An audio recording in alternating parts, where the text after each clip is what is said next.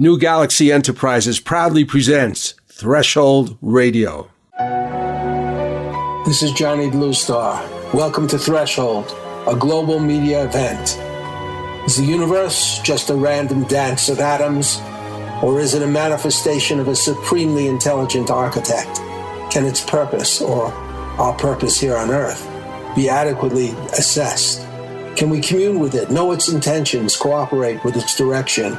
Here, we define threshold as a gateway state of awareness, allowing mankind to cross into a place of real cognition. Threshold allows us to approach questions of higher reality through the door of experience, rather than mere belief. Welcome to Threshold, where we tear away the veil from commercial media, bringing our audience and participants into another realm of reality and enhanced communication.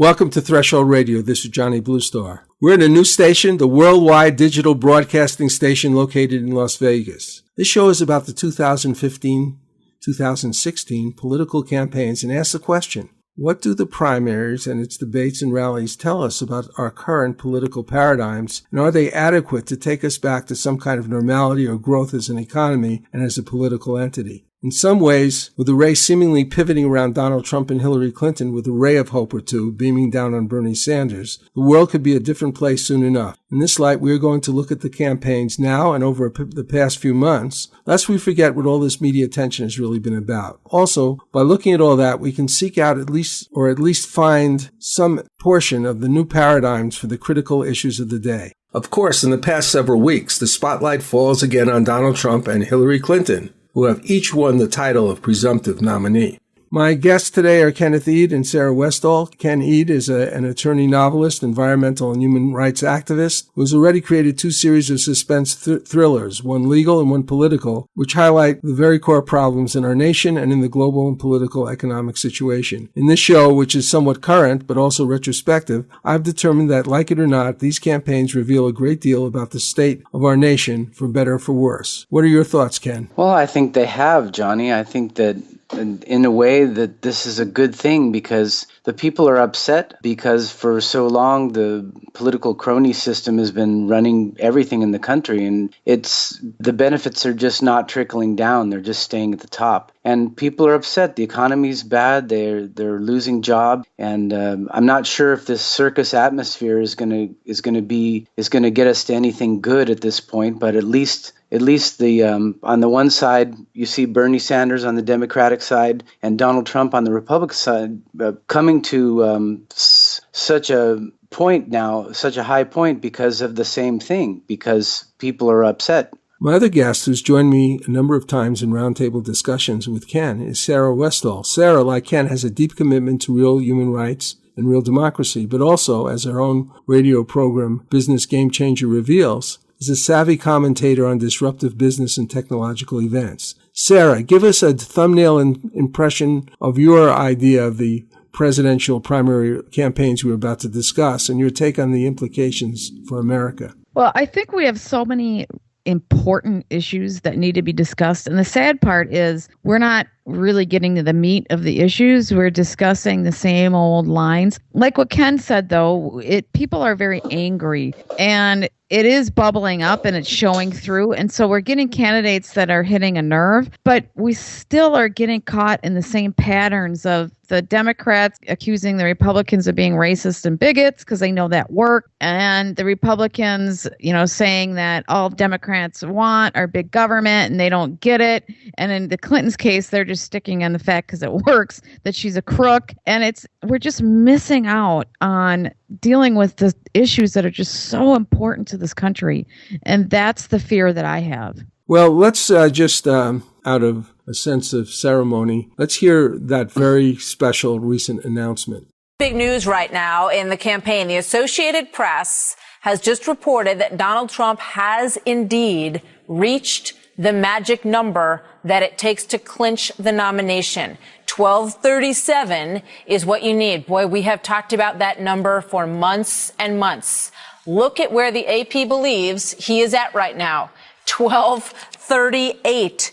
thanks to a small number of unbound delegates who told AP that when they get to that convention, they are with Donald Trump. Among them is Oklahoma GOP chairwoman Pam Pollard. So that's what you do. You get out there and you ask people, are you going to support Donald Trump? And in this case, enough of them have now said yes. Byron York rejoins us with this breaking news. You think about that moment, Byron, when he came down that escalator. And to be honest, most people did not take the whole thing too seriously, right? They did not predicted by very many people.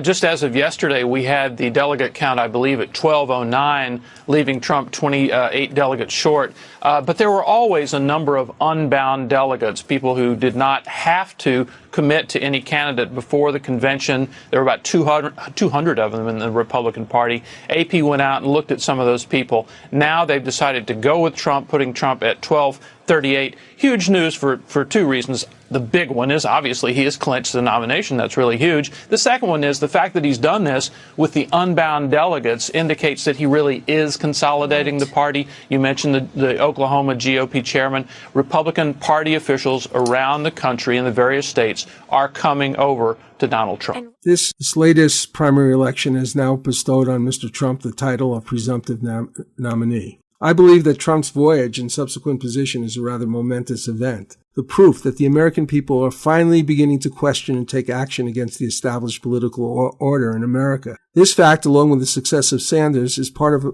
a disruptive event, challenging the reign of the current political party establishment. Recently, before I started this program, I was the media director for something called We Lead USA, an organization started by David Kirsch, but no longer active. This project attempted to revive the ideal of American democracy by creating a social network exclusively devoted to political campaigns. At the time, there was no real indication that the American people, a sleeping giant when it comes to political control, were willing to take their responsibility to interact with political processes. But now the situation has changed. But unfortunately, this does not seem to be a simple, enlightening awakening, but one involving divisive and often seemingly contentious and irresponsible behavior on the part of candidates, but also sadly on some of their following. I'm going to ask both of you, assuming a mass of voters could significantly participate by voting and through lobbying for their cause to elected officials, could they meaningfully challenge elements like the current campaign funding situation, the power of lobbyists' control of candidates who appear to be bought off by corporate interests, the dangerous trade agreements, the loss of certain civil liberties that have crippled America? In short, could they,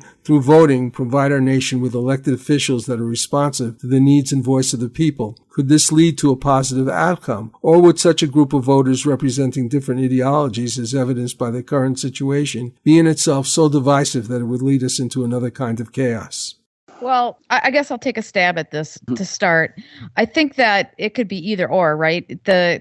Obviously, we're watching a lot of chaos go on, but there are some groups that are starting to form that are pretty impressive. Like, I don't know if you've heard of the group Represent Us, which is a nonpartisan political and a cultural movement. Their goal is to end corruption, and they have over 600,000 members, and they've only been around for like 4 years. And they were started by Stanford University and Northwestern University, and this person by the name of Josh Silver is running it. And they're going through at the grassroots level and passing tough anti-corruption laws. And it's amazing what they're actually accomplishing. They're getting it done. And they have a strategic vision to tackle it. And I think that organizations like that can pop up and make things happen. Now, at the same end, we're also going to see the good extreme. I think we're going to see the bad extreme of chaos, and that's the social upheaval and things. But the social upheaval will fuel that other movement, I think. And I think it's a natural process, the social upheaval, because people. What Johnny's talking about is a social network organization. People are getting in tune to social networks now. People are getting information from the internet. Perhaps this could work, to our advantage, because at this point, before we had social networks, people were basically getting their information from the mainstream media, and we all know the problems that we have with the mainstream media. But I think one of the things that the people now are not focusing on, which they should be, is their local elected officials. Not by local, I mean on the federal level, their congressmen, their senators. Those are the people that are supposed to be representing them. and they're not in most cases. They're not. They're not. And that's what they're finding, is that no matter what you believe or want to do, it doesn't matter. It doesn't matter. They vote. Congress votes the way they want to vote. And you send them an email that, I don't agree with this. I don't agree with this. And there was one email where I sent, an email to my senator, Senator Feinstein, because she's part of this defense committee, right? And I'm saying, look, Senator Feinstein, I don't believe that we should be arming the Ukraine. I don't think that should be done. And she sends me back, of course it's her staff, she never looked at it. She sends me back a form email that says, I understand that you're in favor of arming the Ukraine. Well, so am I. I mean, they didn't even get my point. Oh, it was like automated result based on certain words. But it wasn't. That's funny. Yeah, but it wasn't even about. Not funny. It wasn't agreeing. It wasn't saying, I agree with you, because they weren't agreeing with me. She wasn't agreeing with me. Her point, her position was completely opposite. But they sent the wrong form email. I was going to say, are you aware of the new book that's out by Congressman X, the anonymous congressman? No. It just came out, and it says he's anonymous. I won't say who he is, and it's all his thoughts over the years. A really good friend of his. They would meet, and he started documenting what he would say. And then he realized that he told him that he had all this stuff documented, and he got mad at him and went talk to him for like 8 months. This is the foreword to the book. I got it, and I read it in about 45 minutes. It's a really short book. Wow. But 8 months later, he called him and said, you still have all that stuff, that he ended up publishing it. And it is amazing. Some of the thoughts he has. I can read you a couple quotes if you're interested. Yeah, sure. That's interesting. Okay, these are quotes coming from, to be honest, most of my congressional colleagues are dishonest career politicians who revel in the power and special interest money that's lavished upon them. It's far easier than you think to manipulate a nation of naive, self-absorbed sheep who crave instant gratification. This is what he's saying. We spend money we don't have and mortgage the future with a wink and a nod. Everything's for the here and now. Screw the next generation. It's all about immediate publicity, getting credit now, looking good for the upcoming election. And then there's another quote I have. So much of what I do is a farce. Bullshit raised to an art form. There's like so many things this guy says. Wow. And of course he's anonymous, but he pretty much says this is what Congress is about. They don't represent us. Unfortunately, he's speaking the truth. Well, one thing about this online platform that was originally thought of by Kirsch was that you would not be sending an email individually to really get the effect of 10,000 voters sending an initiative, knowing that could affect their survival in a true primary election, which people haven't been actually practicing. We're going to have to take a break now. Let's go to a break with a clip from Patty Greer's wonderful song, May Peace Prevail on Earth. May peace prevail on earth, and let the children sing. Magic fills the air with song. May peace be in our homes, a love that's very true.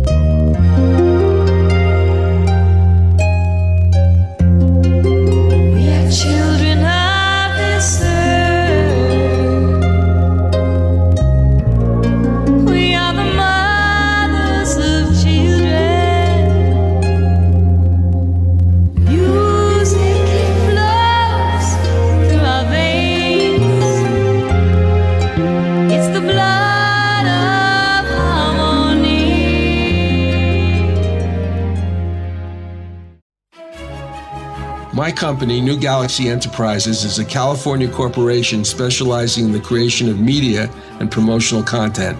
We are focused on original, innovative projects that are good for humanity. These projects could be nonfiction books or novels, fictional screenplays or documentary content, websites and website content, commercial advertising content for print, audio, or video products on the internet, television, or radio, musical scores for advertising, television, or film, video, audio editing, etc. We want to promote products and projects that support the environment, encourage a healthy experience in living, developing, nurturing, and useful technology, and offering platforms for positive, socially constructive entertainment or informative, transformative media. Our experience in creating a variety of products like this is rather vast, and we offer client-based and collaborative products, as well as the opportunity of active investors to join us in the creation and promotion of proprietary products, some of which are in latter stages of development. For more information, go to www.newgalaxyenterprises.com. That's www.newgalaxyenterprises.com. If you're interested in talking to us, just fill out the contact sheet and we will get back with you. Boots in Manhattan is a coming-of-age novel by Ray Boylan and Johnny Bluestar. It is about a young Tom Boots Raymond who grows up in New York in the 1940s who was a member of a street gang. My friends and I were about to start our own game of stickball when Rabbit Lacey, the head of the Rattlers, came up to us and tried to move in on our game. We were called dwarves, the youngest members of this stupid gang. Hey, Kevin, I need you to get some gloves and some stuff I left at my place. No, this is our game. Hey, are you my good little dwarf or what? You've been calling me a dwarf since I was 6. We're not your personal slaves, pal. Hey, what is this? A dwarf rebellion? All right, big guy, we ditched the dwarf thing. We make you guys regular rattlers. No, it's too late. He looked at Jay and me. We looked away. Rabbit was now angry, and he pushed Kevin hard with the palms of his hand. Kevin tried to ram him in the stomach, but he stepped aside, throwing Kevin into the curb where he fell to the ground, bleeding profusely at the knee. Still, he managed to get up. My street. Kevin shouted at Rabbit, pointing at him with an angry index finger. Find out more by Googling Boots in Manhattan, a 1940s coming-of-age novel, part 1 of the novel series The Foot Soldier by Ray Boylan and Johnny Bluestar. Google with the words, Boots in Manhattan, Ray Johnny Kindle. That's Boots in Manhattan, Ray Johnny Kindle. I'm back on Threshold Radio with Ken Eade, novelist attorney, and Sarah Westall, among other things, host of Business Game Changers, two people whose work in literature and broadcasting is all about looking at paradigms that either positively or negatively disrupt the existing industries and institutions. And today, we're examining political paradigms. And together, somewhat on but mostly off the air, we have been brainstorming how to reintroduce, reinvigorate, and perfect the paradigm of representative democracy. Perhaps each of you could share something about our thinking. In other words, without going into specifics too much, what is lacking and what do we need in general to make this happen? Well, I think we just touched on it, Johnny. What's lacking is we have a public that's basically uninformed. Some of the comments that Sarah just made from the Congressman X, I agree with them. Sure. We have a Congress that's basically acting on their own individual interests instead of representing the people. This is the way that lobbyists can get in and get things done very easily. And like some of the books that I've written about the revolving door that you've read and we've mentioned on the program, it's true, and it's so obvious that they don't even try to hide it.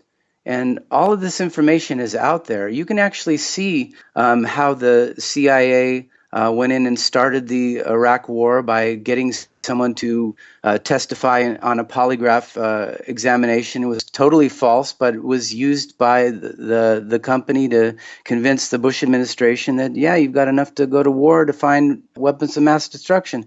I mean, this is going on every scale in our government. And the information is out there. It's a question of getting it to the people and information that they'll care about. I'm not sure that they're going to care about all these things if they're not right in their backyard. Well, and some of it is scary because I don't know. We have a pretty large group. The electorate is pretty ignorant, and I don't even. They listen to the mass media, which is a lot of it's propaganda. And I don't know if they care. I mean, I think they care, but they're very ignorant. And so we have a group that's much more involved, and the people who are educated are trying to get more educated. But I don't know what percentage of people need to be educated and really get active in order for this to change. I'm hoping we can get enough, hoping we can pass that threshold and that we can just get people informed. We need an informed, populace in order for this to work. And people need to start being engaged in, and our media, look at alternative sources of media. When you look at the media, though, so much of it is so biased. The thing is, it's actually, have you heard of the thing called perception management? Have you heard of that? Yes. Yeah, we've got, for just on the federal government level, there's a guy named John Rendon who runs the Rendon Group. And he's been given multi-million-dollar contracts by the government to slant the media the way they want. And they view it as marketing. Yeah, it's marketing.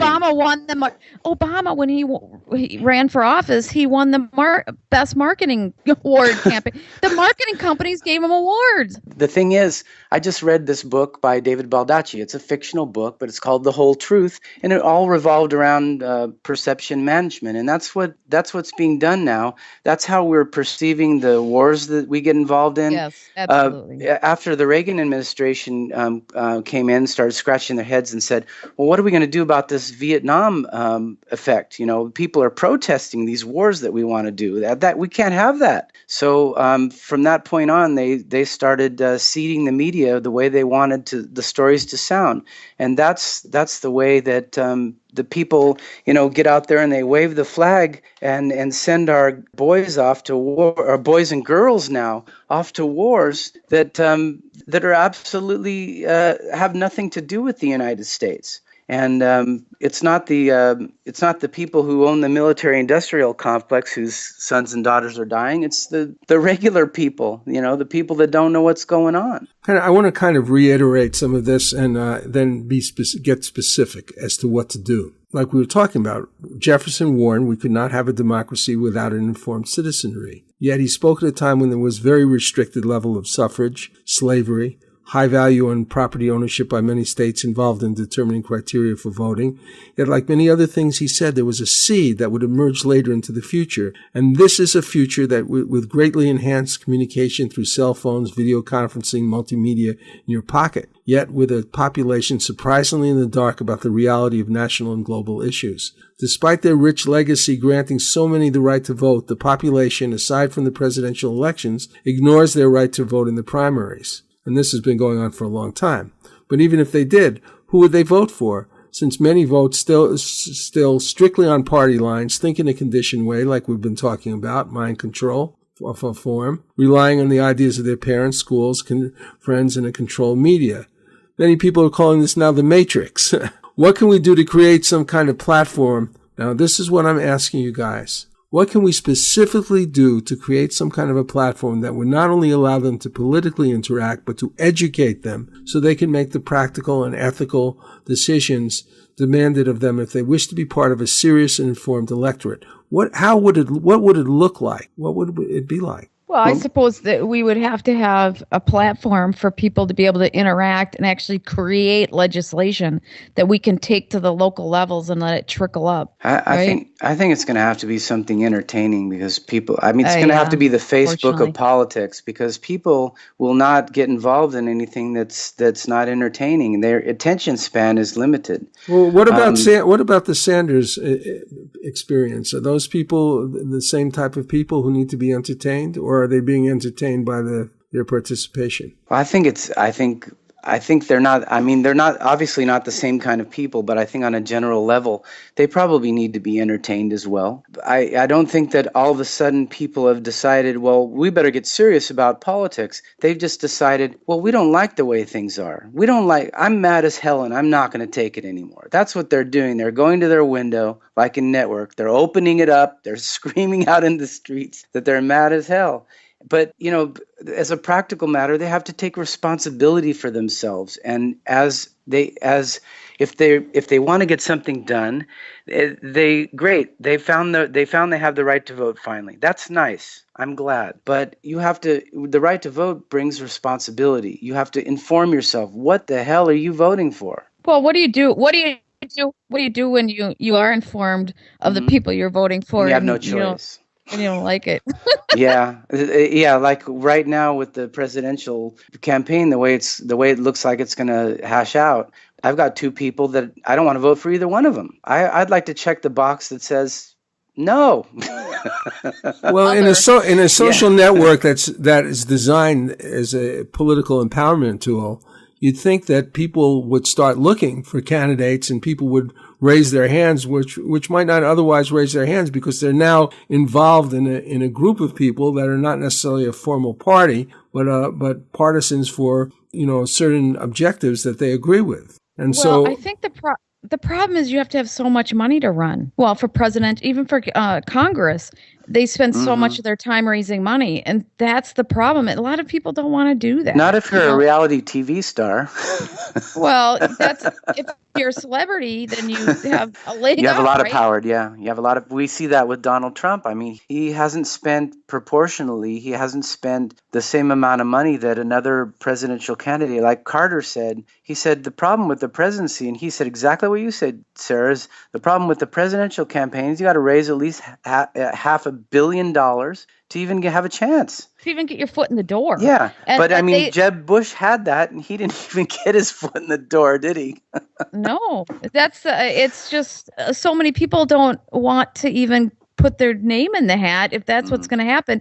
And then in the process, you're going to just get creamed. I think it's encouraging, though, that Bernie Sanders has proven that you can go out there and put together basically a grassroots campaign funding movement and make it work. I mean, he's talking about $27 average contribution. That's pretty amazing. I mean, compared to most candidates who are taking these bribes basically from huge corporations like Hillary Clinton. Well, that's why I like that group Represent Us, because they have specific legislation to deal with all these things and how to cut back on how to make it so that third-party candidates can actually run, how to make it so that the money in politics is not as important, how to change it so that independent people come up. You know how they do the party or the lines on the different areas of so that they can keep the congressman essentially, what is it, 85%, 90% of the time the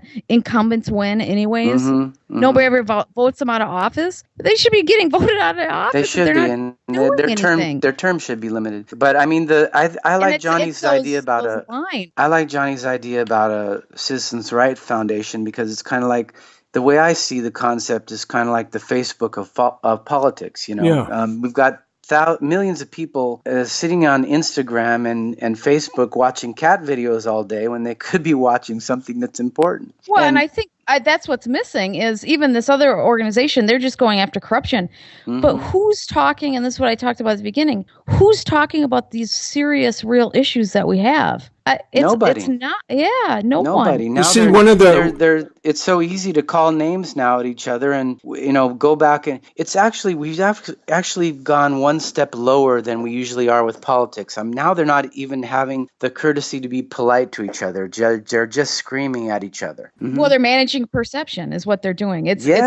They really are. They have a strategy on how they want people to think about the other candidate, and they're not even talking about issues. They're managing perception. You're right. That's the whole deal. One of the points of this platform is to not only be a forum for discussion, but a media center which people can actually control by bringing in interesting articles and videos and so forth, but also by creating their own media. And that was one of the purposes of this original idea, which is to help people be isolated in a positive way from all the static that's going on, all that white noise. Well, it's gonna have to be multimedia driven, because that's what drives people now. Yeah, definitely. That's what people get all their ideas from now, is the videos and pictures and images that they see on social media. I think, in my opinion. I agree with that absolutely, and that's because those things have a value too. they're not just trivial, but they do need to be supported by other types of, if you're going to do legislation and you're going to write initiatives, you also have to have that side there, because you can't just send a video to your congressman. You can't just tell people about legislation. You got to make a funny video. You got to have the equivalent of Bill Nye the Science Guy for politics.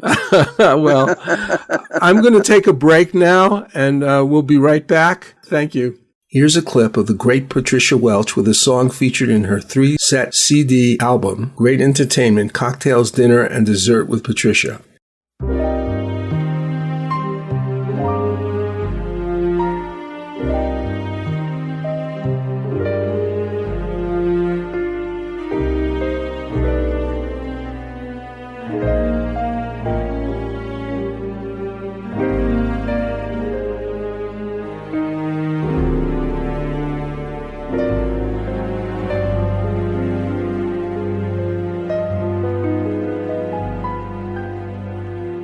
There was a boy, a very strange, enchanted boy. They say he wandered very far, over land and sea. A little shy, sad of eye, but very wise was he. And then one day,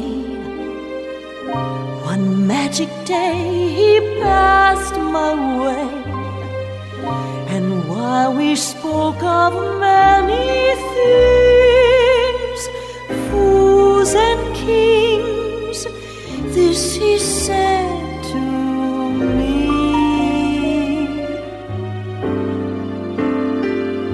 the greatest thing you'll ever learn is just to love and be loved in return.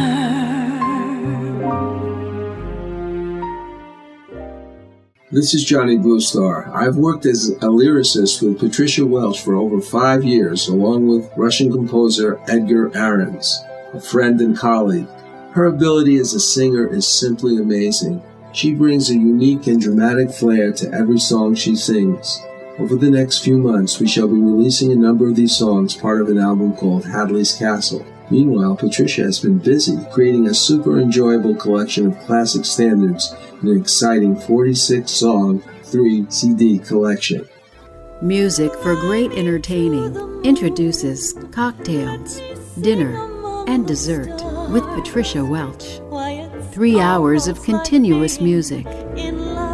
46 of the all-time classic standards, spanning decades of hit songs.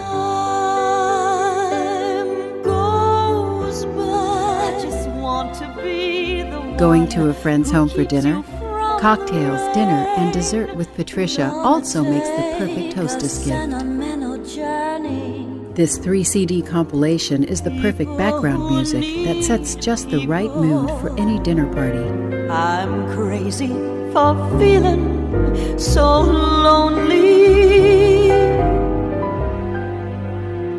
There was a boy, a very strange, enchanted boy. To purchase this album, just go to patriciawelch.com/CD. That is patriciawelch.com/CD. You won't be disappointed. We're back on Threshold. We've just discussed the consequences of providing citizens with an online platform to protect their citizens' rights and serve as an incubator to help them become informed and engaged citizens. What would this be like, guys? How would this change things in America if it could actually be done? Well, I think if it can be done and people actually use it for real, and if we could get as many people that use Facebook actually using a program like this, it could be amazing. It would change, our country. But I suppose even if you got a certain percentage of people to really take it seriously and engage, I think you could change the legislation. I think you need to couple it with the anti-corruption stuff in order for things to work. But yeah. I agree. I think that you could change things, but by the same token, it's going to have to work like I said before. It's going to have to be entertaining to keep people's interest. Because if you don't, I think what I should say is you have to appeal to the lowest common denominator, because the average citizen is just not going to want to be looking at or listening to political stuff all day long. It's going to have to be something entertaining. What's the lowest common denominator?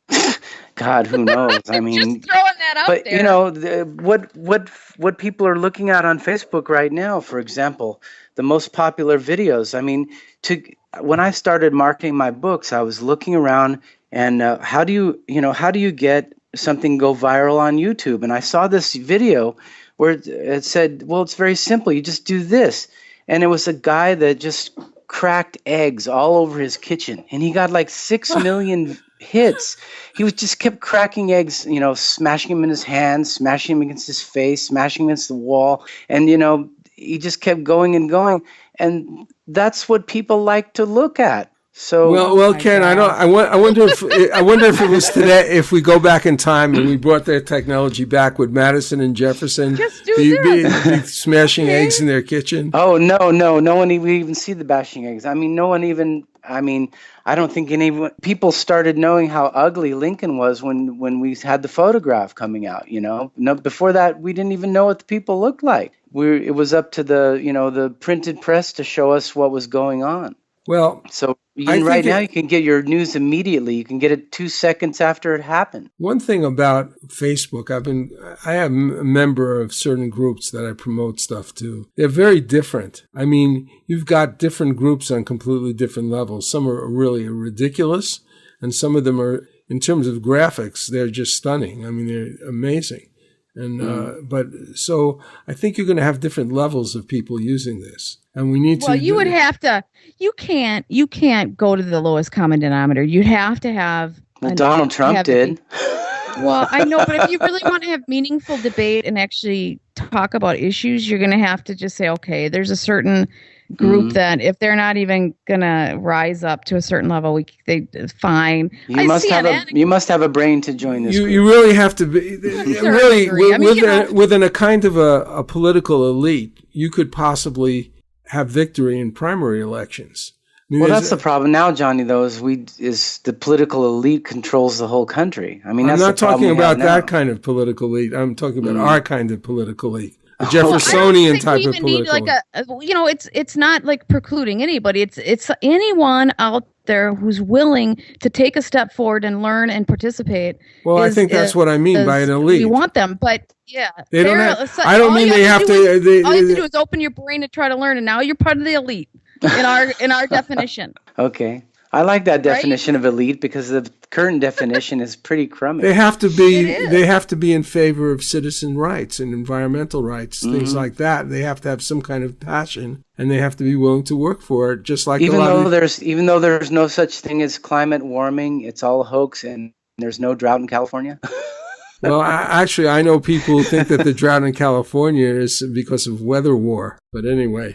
So now that's a good point, because if we had a serious issue thing instead of managing perception, as you say, and we could actually talk about the issues, why do they not think global warming is real? Back in the 70s, they said that we were having global cooling and there's going to be an ice age coming, and it lasted for about 5 years, and they scared the heck out of people. And so they keep referring back to that. But if you could get like serious people together who are really wanting to talk about it, then you could educate each other. Yeah, and move on. It's scientific, and you have to know what the scientific reports say, and it has to be explained to people in terms that they can understand, not this, scientific mumbo jumbo. I think there's a difference between an issue like global warming and massive surveillance without a warrant. I think there's a difference between one is more technically based, the other is more morally. Oh yeah, well, or constitutional. But I do think we have to deal with some of those issues in that way. We have to discuss them.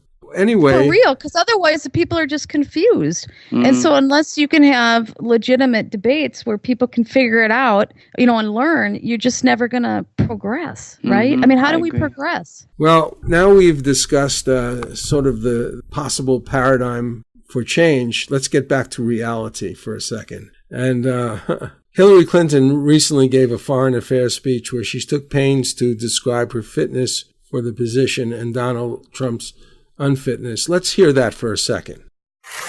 Donald Trump's ideas aren't just different. They are dangerously incoherent. They're not even really ideas, just a series of bizarre rants, personal feuds, and outright lies.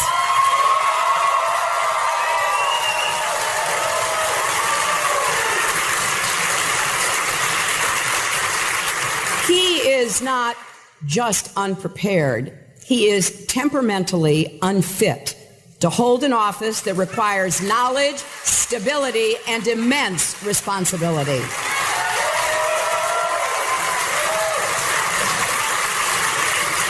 This is not someone who should ever have the nuclear codes, because it's not hard to imagine Donald Trump leading us into a war just because somebody got under his very thin skin.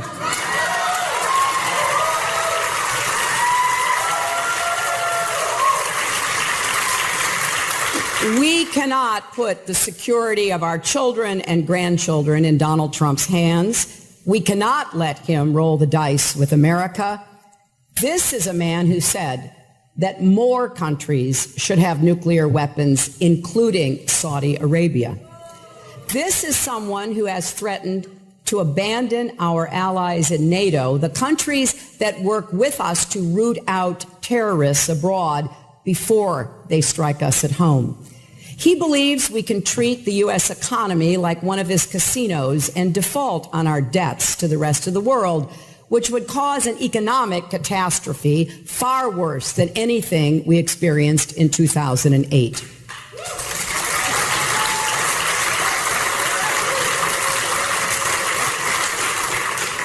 He has said that he would order our military to carry out torture and the murder of civilians who are related to suspected terrorists, even though those are war crimes.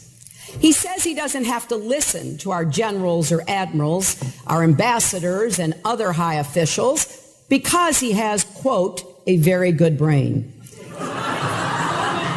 He also said, I know more about ISIS than the generals do. Believe me. You know what?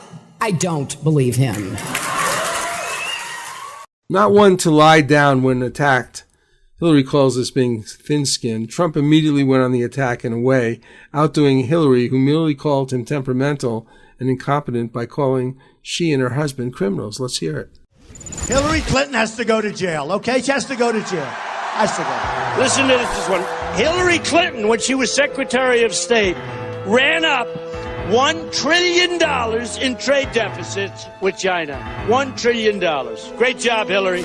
By the way, Hillary Clinton is missing 30,000 emails. They've been deleted. 30,000. 30,000 emails. Crooked Hillary, crooked Hillary.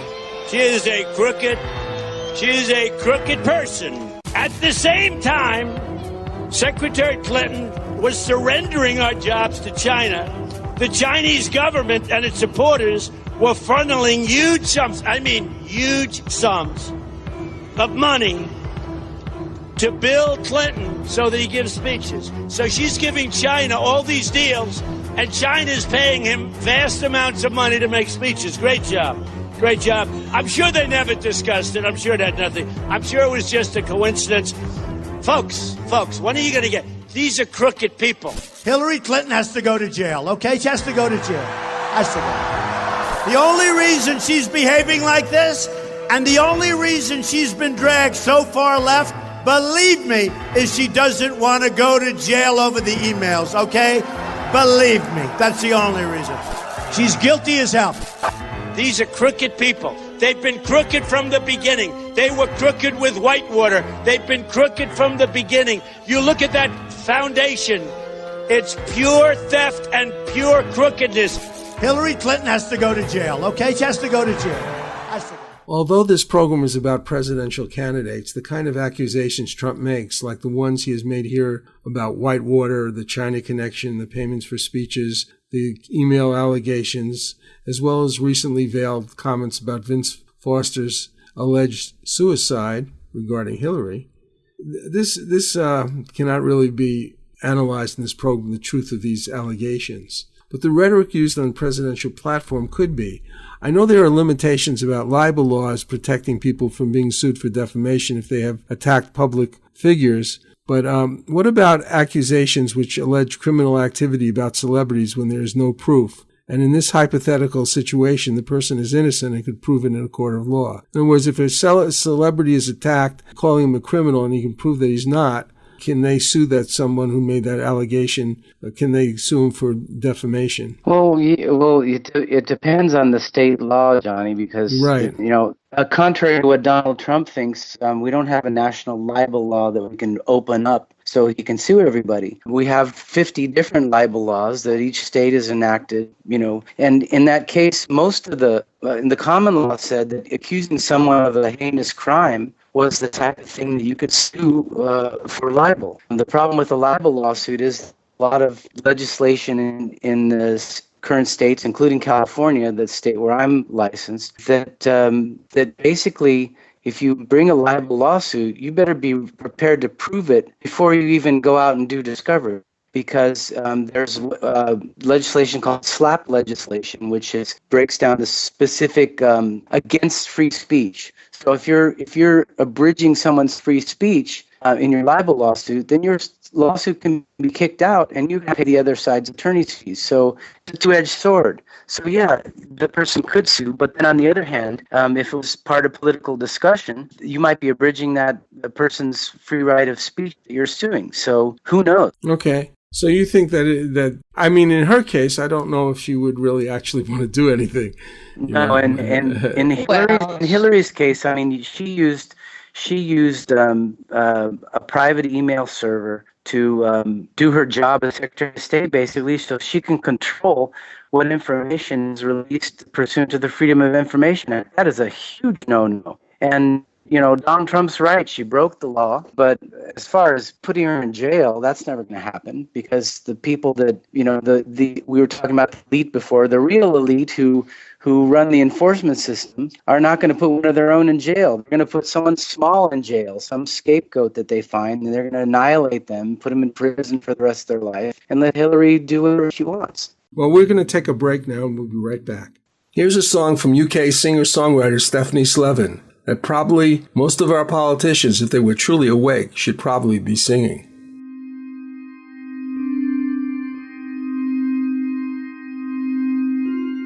You have been there for me all along. You were right, I was wrong. I was so weak and you were strong. And I'm sorry, I'm sorry.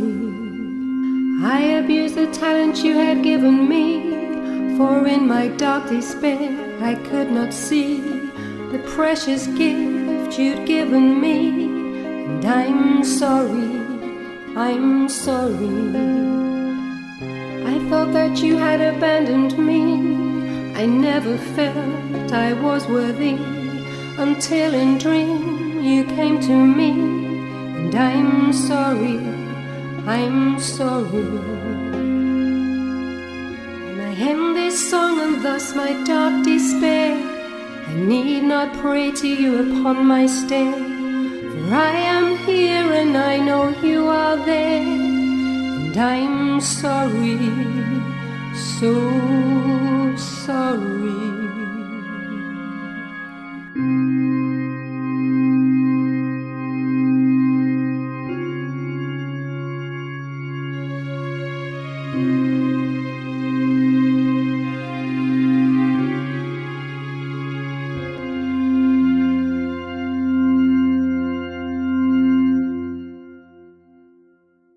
New Galaxy Enterprises is a media company specializing in wide-ranging content like novels, nonfiction books, screenplays, commercial advertising, web content, etc.